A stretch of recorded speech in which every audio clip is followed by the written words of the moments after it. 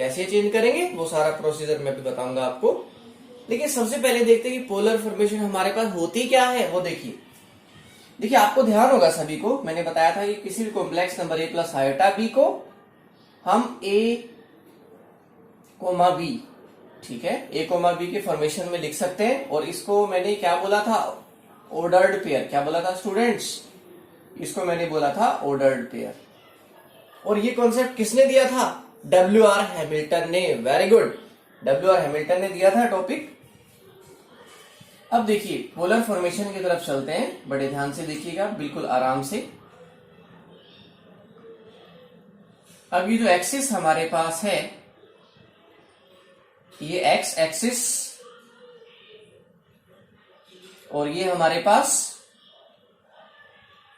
Y axis. हमने इसको क्या नाम दिया था, रियल एक्सिस। इसको क्या नाम दिया था हमने, इमेजिनरी एक्सिस।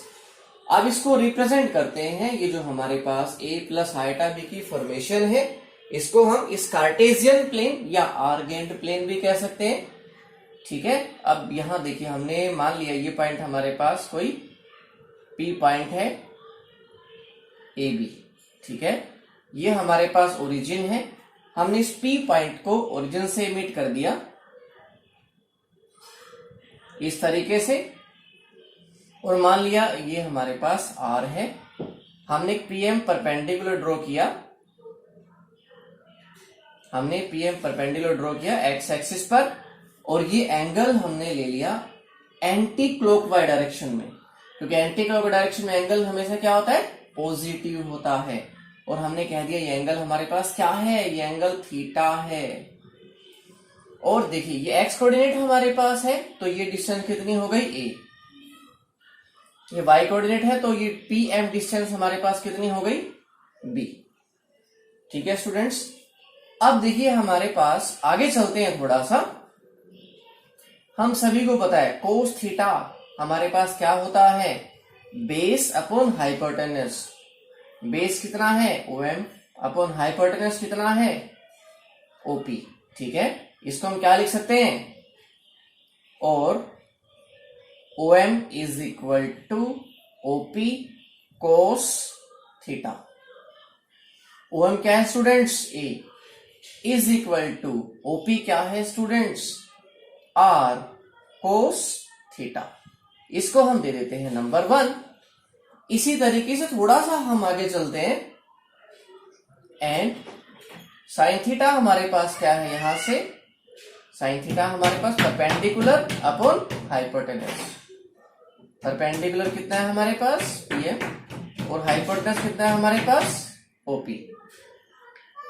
और हम क्या कह सकते हैं, PM is equal to OP sine theta. देखिए OP हमारे पास कितना है, R साइन थीटा, और यहां से PM कितना है स्टूडेंट्स, PM है B। इसको हमने नाम दे दिया 2। अब देखिए हमें A की वैल्यू पता है और हमें B के बारे में पता है। अब A और B की वैल्यू हम दोनों यहां पुट कर देंगे। इसको हम कोई भी नाम दे देते हैं, हमने B नाम दे दिया, ठीक है। अब पुट कर देते हैं, put values of A and B from 1 and 2 in V।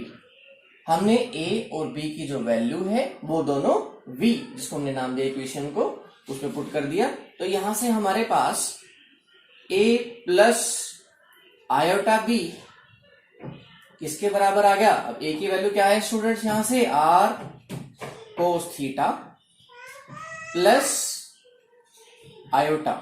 B की वैल्यू क्या है स्टूडेंट्स, यहां से R साइन थीटा, ठीक है। अब यहां इन दोनों में से क्या मैं R कॉमन ले सकता हूं, R हमने कॉमन ले लिया, तो क्या आया हमारे पास, cos theta plus iota sine theta, A plus iota B।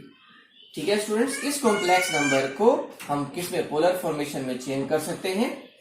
यहां हमारे पास ये कौन सी फॉर्मेशन होगी, ये कार्टेशियन फॉर्मेशन होती है और ये पोलर फॉर्मेशन होती है।